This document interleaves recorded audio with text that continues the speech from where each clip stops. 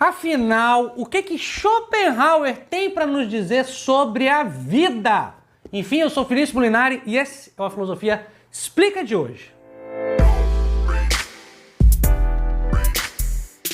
Um dos filósofos mais conhecidos por aqueles que gostam e aqueles que são iniciantes na filosofia, Schopenhauer, este filósofo aqui, une um monte de gente. Os escritos dele são bem chamativos, são repletos de boas intuições e podem ser divididos entre aquele público que eu chamo de leigo. O que eu estou chamando aqui de leigo? Aquele público que não é ali um grande profissional da filosofia, digamos assim, e aqueles que realmente se dedicam a estudar o pensamento filosófico.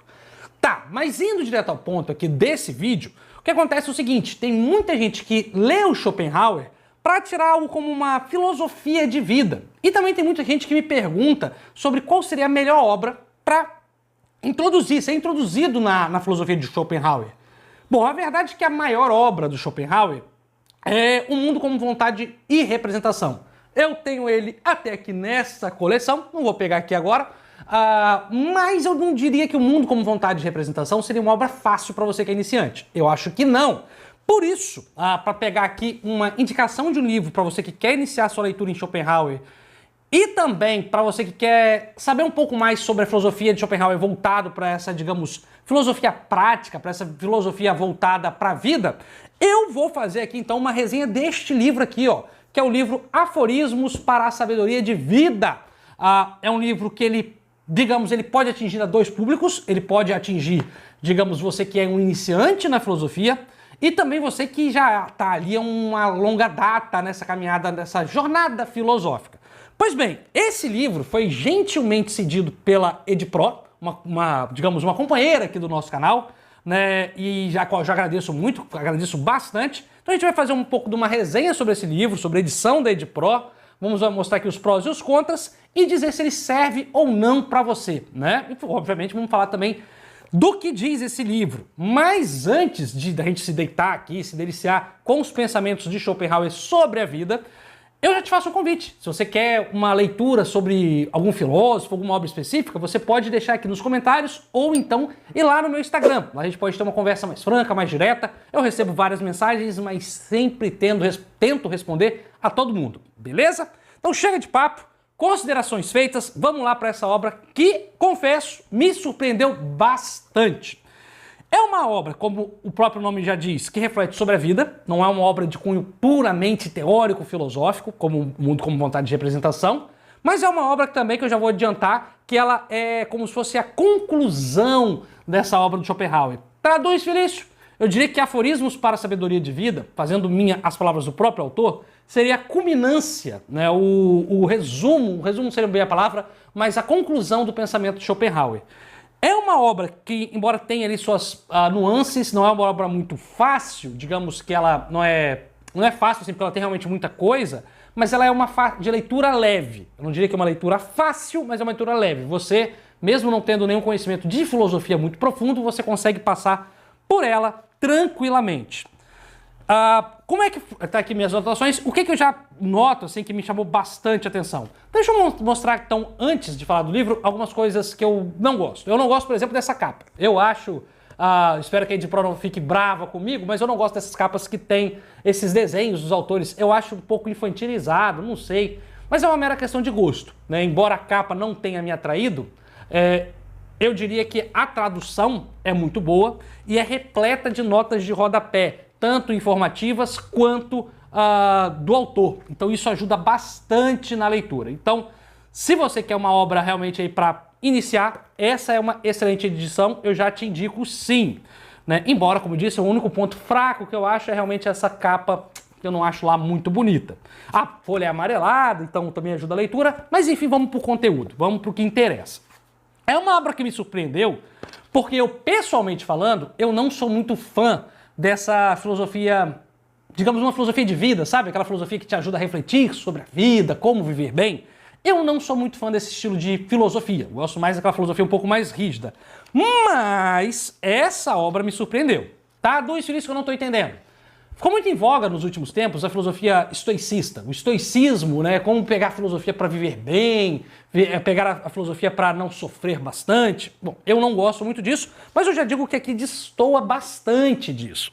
Eu acho que é uma boa obra para realmente refletir sobre a vida. E ele começa numa divisão, a divisão é mais bem feita no livro, mas eu diria que é uma boa divisão, que ele diz o seguinte...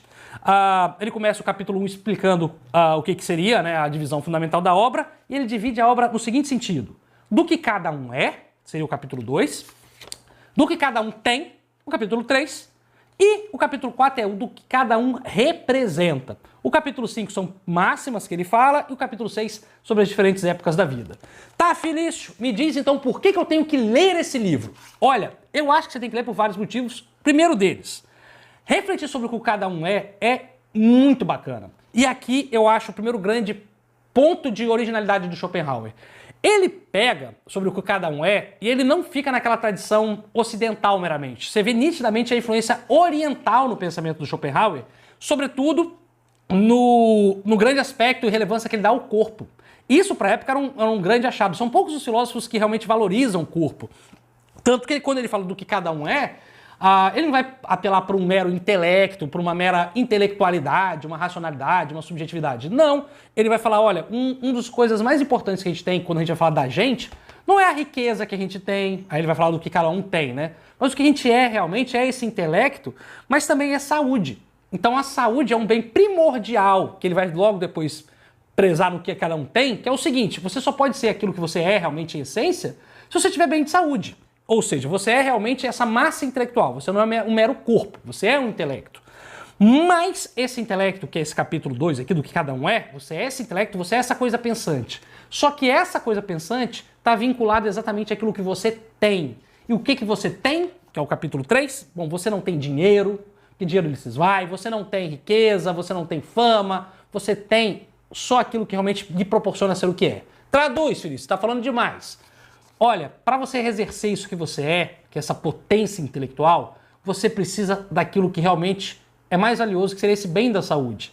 Essa parte, nesse capítulo 3, sobre o que cada um tem, é um tapa na nossa cara, porque nós, e aqui eu estou te incluindo na minha conversa, nós às vezes lemos muito, nós às vezes debatemos muito sobre política, isso é muito importante, óbvio, mas nós deixamos a saúde de lado.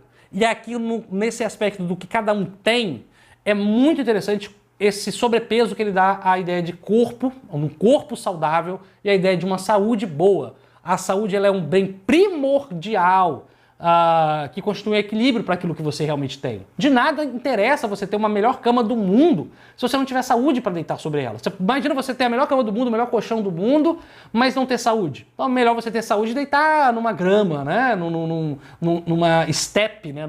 Numa esteira de palha. Muito melhor. Então ele fala disso, de que quando você reflete realmente sobre o que cada um tem, uma das coisas mais fundamentais seria essa questão da saúde. E isso realmente é muito bacana e me convence.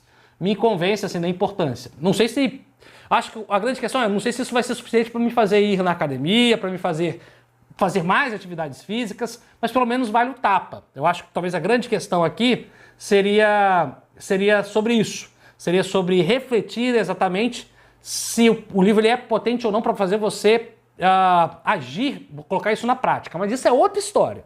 Mas de fato, eu concordo com o Schopenhauer, né? O que cada um tem. Olha, o que cada um tem quando a gente aperta o limão ali é só realmente a saúde, esse corpo aqui que me permite tudo que eu posso fazer.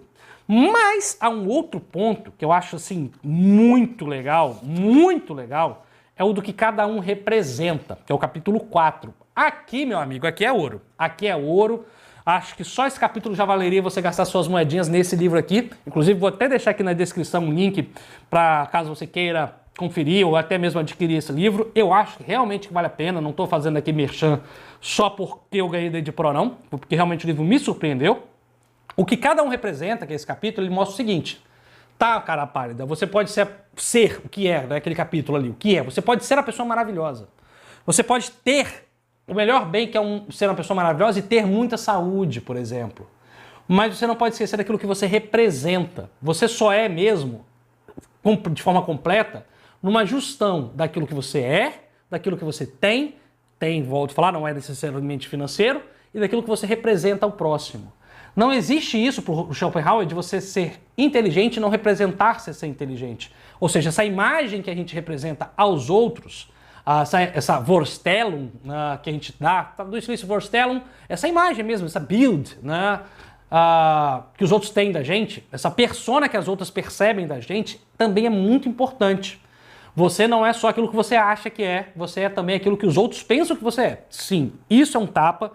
E isso é verdade também, a gente pode dizer aqui que é mentira, né? Se todo mundo no mundo inteiro te tomar como um louco, olha, vamos aqui não ser solipsista, é bem provável que você realmente seja, né? Então é realmente importante você se preocupar com a forma que você é representado, com a forma que você se deixa representar. E aí ele faz toda uma ingerência filosófica sobre essa representação, muito além do lugar comum. Você tem que se vestir bem, você tem que falar bem. Não é nada disso. Não é nada disso. É um papo muito mais profundo, muito mais filosófico sobre como nós nos deixamos representar, como nós nos representamos ao outro. Volto a falar, não tem nada a ver com esse papo de coach. Você tem que falar assim, você tem que se portar assim. Não é isso.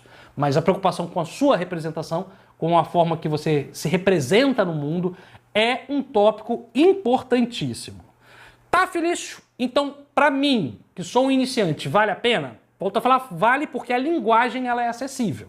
A linguagem ela é acessível. Mas é um livro fácil? Aqui depende. Ele é um livro que você pode ler e entender perfeitamente, mas se você quiser ir a fundo, aí ele se torna um livro complicado. Por quê? Porque nele estão sintetizadas várias teses do mundo como vontade de representação. Por isso que eu falo que ele é um livro que você pode adquirir, porque você vai ler uma vez e se deixar você vai ler a vida inteira, porque ele sempre tem algo a mais ali entre linhas que se você cavucar você acha. Então é um livro que eu indico para quem é um iniciante, porque é uma leitura, eu julguei prazerosa. Como não é um tema que eu gosto muito, então eu rapidamente pararia de ler, como vocês podem ver eu li ele praticamente todo.